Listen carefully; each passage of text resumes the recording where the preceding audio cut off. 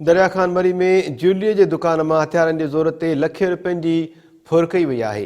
अहम ख़बर अवां खे ॾियूं पिया दरिया खान मरी में जिते ज्वेलरी के दुकान में हथियारनि के ज़ोर ते लखे रुपयनि की फुर कई वही है। मोटरसाइकिल सवार हथियारबंदन दुकान में घिड़ी गुलाम शबीर पीरजादे का सोना ज़ेवर और रोक रक़म फुर कई और फरार थियण में भी कामयाब थी विया।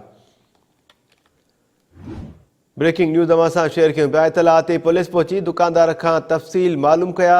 वडे अंग में शहरी भी वाक़े वारे हंध गड थी विया आहिनि। दरिया खान मरी में ही वाक़े पेश आयो है जिते ज्वेलरी के दुकान में हथियारनि के ज़ोर ते लखे रुपयनि की फुर कई वही है। मोटरसाइकिल सवार हथियारबंदन दुकान में घिड़ी गुलाम शबीर पीरजादे का सोना ज़ेवर और रोक रक़म फुर कई और फरार थी विया। वाक़े के इतला खां पोइ पुलिस पहुची दुकानदार का तफ़सील मालूम कया आहिनि। वडे अंग में शहरी भी गड थी विया आहिनि। तफ़सील वठूं था दरिया खान मरी में टाइम न्यूज़ के रिपोर्टर अब्दुल हफीज़ पहल खां। अब्दुल हफीज़, छा तफ़सील आहिनि वाक़े बाबत?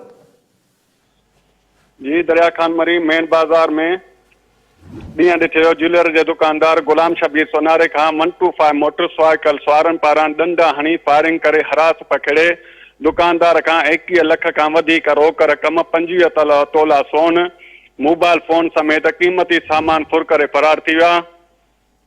फुर वाक़े जो इतला मिलण शर्त वडे तादाद में दुकानदार तोड़ी शहरी गड थी विया। जॾहिं त दरिया खान मरी पुलिस वाक़े वारे हंध पहुची वई।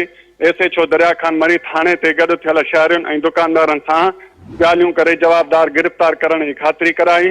जॾहिं त दुकानदार गुलाम शबीर पीरजादा के रूरल हेल्थ सेंटर दरिया खान मरी इलाज लाइ मुंतकिल कयो वियो।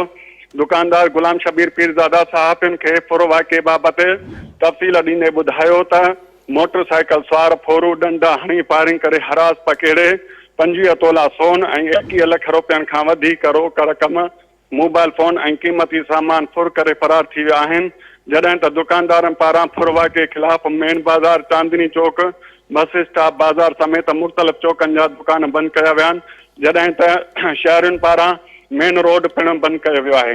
जी, मेहरबानी अवां जी अब्दुल हफीज़ पहल। वही चोरी की वारदात जेका है वह साम्हूं आई है।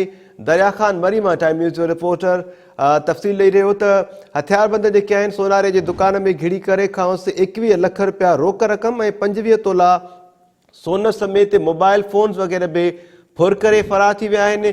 पुलिस पारां रिवायती अंदाज़ इख्तियार किया वियो आहे। पुलिस वाक़े वारे हंध ते पहुती है, नाकाबंदी कई वई आहे, पर मोटरसाइकिल सवार जेके हथियारबंद हुआ उहे फरार थियण में कामयाब थी विया आहिनि। दरिया खान मरी में चोरी की फुर की वही वारदात साम्हूं आई है जिते सोनारे का 21 लख रुपया रोक और 25 तोला सोन फुर करे हथियारबंद फरार थी विया आहिनि।